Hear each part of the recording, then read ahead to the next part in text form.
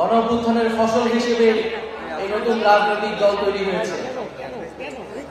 আমরা সাম্প্রতিক সময়ে দেখতে পাচ্ছি যে আওয়ামী লীগের পুনর্বাসন নিয়ে নানা ধরনের ষড়যন্ত্র এবং পরিকল্পনার কথা আমরা বিভিন্ন জায়গায় শুনতে পাচ্ছি।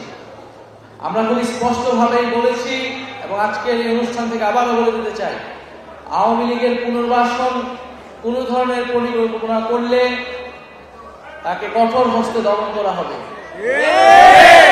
এবং শুধু আওয়ামী লীগ নয়, এই ফ্যাসিজমের যত দোষক রয়েছে, সুবিধাভোগী রয়েছে, তাদেরকেও বিচারের আওতায় আমরা নিয়ে আসার আহ্বান জানাচ্ছি। জুলাই গণঅভ্যুত্থানে আমরা কিন্তু কেবল আওয়ামী লীগকে বিদায় করি নাই, বরং আন্দোলনের সময়গুলোতে আমরা 3 আগস্ট শহীদ মিনারে বলেছিলাম যে আওয়ামী লীগ এবং এই ফ্যাসিবাদী 15 বছরের যাত্রা শুরু হয়েছিল সেই 1/11 বন্দোবস্ত থেকে। সেই 1/11 বন্দোবস্তের ফলশ্রুতিতে কিন্তু আওয়ামী লীগ এবং শেখ হাসিনা ক্ষমতা পেয়েছিল এবং আমরা বলেছিলাম যে আরেকটি 1/11 আমরা কখনো বাংলাদেশে হতে দেব না।